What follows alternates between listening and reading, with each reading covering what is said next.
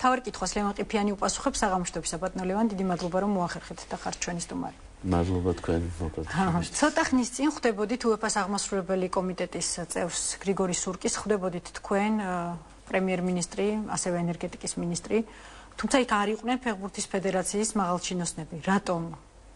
მათ ცალკე აქვთ რამდენადაც ვიცი, შესაძლოა ეხლა მიმდინარეობს მათ შეხვედრა, არ ვიცი, მაგრამ ვიცი რომ ცალკე იყო დაგეგმილი შეხვედრა. წესით UEFA-დან როცა ჩამოდიან სტუმრები, მას ხვდებიან ფედერაციის წარმომადგენლები და ალბათ დახვდნენ კიდევაც და მოახერხეს შეხვედრა. ეს კითხვა ალბათ ფედერაციას. რატომ არ იყო? ანუ მათი სურვილი იყო ის რომ ერთობლივი შეხვედრა არ შედგა? აი ეს მაინტერესებს. თუ თქვენი ინიციატივა იყო. ყოველ შემთხვევაში ჩვენი ინიციატივა არ ყოფილა ეს. ანუ თქვენ არ იყავით წინააღმდეგი რომ ერთად შეხვედროდით? არც დასმულა ეს კითხვა. რადგან დღეს აეროპორტშიც შეიქმნა გარკვეული უხერხულობა, როდესაც ჩამოსულ სურკის დახვდნენ ფეხბურთის ფედერაციის ხელმძღვანელები, მაგრამ ის ჩაჯდა ენერგეტიკის მინისტრთან ერთად, მანქანაში და არა მათთან ერთად. ალბათ ჟურნალისტები ბევრი რაღაც ისეთ აქცევს ყურადღებას, რასაც სხვა არ აქცევს. არ ვიცი, მე არ მეყურებია, სიმართლე გითხრათ, მაგრამ მე ვფიქრობ, ეს არ არის ის პრობლემა, უფრო სხვა პრობლემები გვაქვს ალბათ ჩვენ. ეს დეტალებია, რა თქმა უნდა, თუმცა საინტერესო დეტალებია. ახლა რაც შეეხება შეხვედრას და მის შინაარსს, რაზე ისაუბრეთ UEFA-ს ხელმძღვანელობასთან? რა იყო თქვენი საუბრის მთავარი თემა? პირველ რიგში ძალიან საინტერესო შეხვედრა იყო იმ მხრივ, რომ მე პირველად შევხვდი UEFA-ს ასეთი მაღალი დონის წარმომადგენლობას. ჩემ და გასახარად ამ შეხვედრას ესწრებოდა ჩემი მეგობარი დავით პეტრიაშვილი, რომელიც ასევე UEFA-ში მოღვაწეობს, ასევე ბატონი რეზო ჭოხონელიძე, რომელიც მოღვაწეობს კიევის დინამოს გენერალურ დირექტორად. ეს კახას დამსახურებაა, რომ მან ალბათ სურკისმა თან ჩამოიყვანა ესეთი ჩვენთვის გასახარი სტუმარი. და ძალიან საფეხბურთო გარემოში მოგვიხდა, ასე ვთქვათ, საფეხბურთო თემებზე საუბარი. საინტერესო ის იყო, რომ UEFA-ს ჩვენ მეგობრებს UEFA-დან აინტერესებდათ სახელმწიფოს ინტერესი 2015 წლის სუპერთასთან დაკავშირებით და ასევე შესაძლო მასპინძლობა ფუტზალში 4-თა ტურნირისა, რომელიც 2013 წელს იმართება. ამიტომ ეს ორი დიდი, ასე ვთქვათ, საფეხბურთო შოუ, ასე ვთქვათ, რომელიც ჩვენ ქვეყანაში უნდა მოეწყოს და რომელიც აქამდე არ ყოფილა, რა თქმა უნდა, მოითხოვს სახელმწიფო გარანტიებს, სახელმწიფოს მხარდაჭერას და არც იყო გასაკვირი, რომ ამ თემებზე შეიძლება ჩამოსულიყო მაღალი დონის დელეგაცია UEFA-დან. მიიღო მან თქვენგან ასეთი გარანტიები? რა თქმა უნდა, როგორც ჩემგან, ასევე პირველ რიგში პრემიერ-მინისტრისგანაც და რაც ყველაზე საინტერესოა, პრემიერ-მინისტრი ყველანაირად ხარს უჭერს ესეთი დონის ტურნირების ჩატარებას და მომავალშიც დაუჭერს ხარს.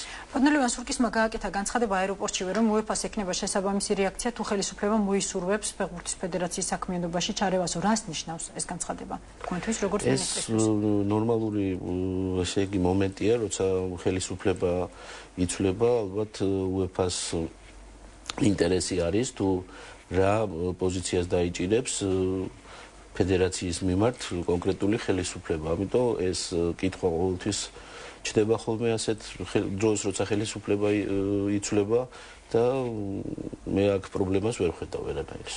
როდესაც მოხვედით ხელისუფლებაში და გახდით მინისტრი, პირველი რა განცხადებაც გააკეთეთ ის, რომ დეპოლიტიზაცია უნდა მოხდეს თქვენ სფეროში. რას აკეთებთ ამისთვის? დგავთ თუ არა კონკრეტულ ნაბიჯებს იმისთვის, რომ პოლიტიზირებული არ იყო სპორტის სფერო და ის იყო ნამდვილად ძალიან პოლიტიზირებული? რა თქმა უნდა, ეს მე რომ გითხრათ ძალიან მტკივნეული პროცესია, იმიტომ რომ სულ რამოდენიმე თვის წინ ის ადამიანები, რომლებიც ზეგავლენას ახდენდნენ კონკრეტული ფედერაციების გადაწყვეტილებებზე და ერეოდნენ მის საქმიანობაში, დღეს ისე მოხდა, რომ დაისვა საკითხი, რომ ესეთი პიროვნებები უბრალოდ არ არიან საჭირო, რომ იყვნენ სპორტში.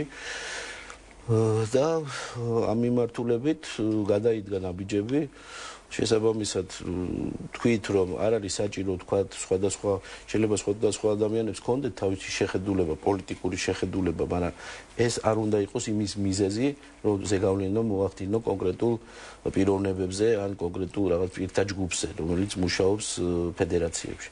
ამიტომ ჩვენ გადავდგით ნაბიჯები, რეკომენდაცია გაუწიეთ ფედერაციებს, რიგმა ფედერაციამ გაითვალისწინა ჩვენი რეკომენდაცია, რიგმა არ გაითვალისწინა. ეს არის მუშა პროცესი, რომელიც მომავალში გაგრძელდება. ჩვენ აუცილებლად პირველ რიგში ადამიანურ ფაქტორებზე გვინდა გავამახვილოთ ყურადღება. აქ არის თანამშრომლობა, ადამიანებს შორის ურთიერთობა და პირველ რიგში ადამიანური ურთიერთობა თუ არ ჩამოყალიბდა, რა თქმა უნდა, ზედმეტია სპორტზე საუბარი.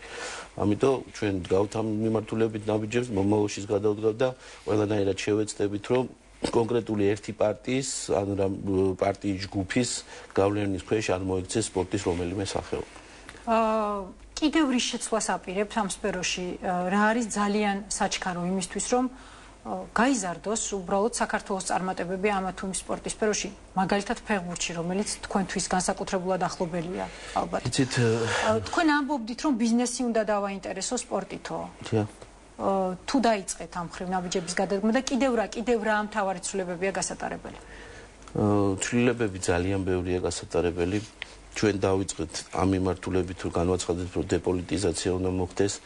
რა თქმა უნდა, ფეხბურთი არის ჩვენთვის, არა მარტო ჩემთვის, არამედ საქართველოში ძალიან მნიშვნელოვანი თემა, რომელსაც ვერ აუვლით.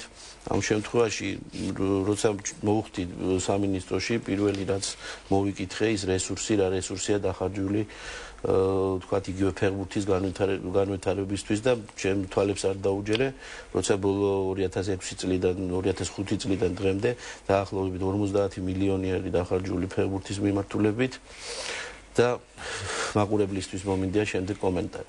ამიტომ ჩვენთვის ძალიან რთულია. აპირებთ ამ ხარჯების შესწავლას.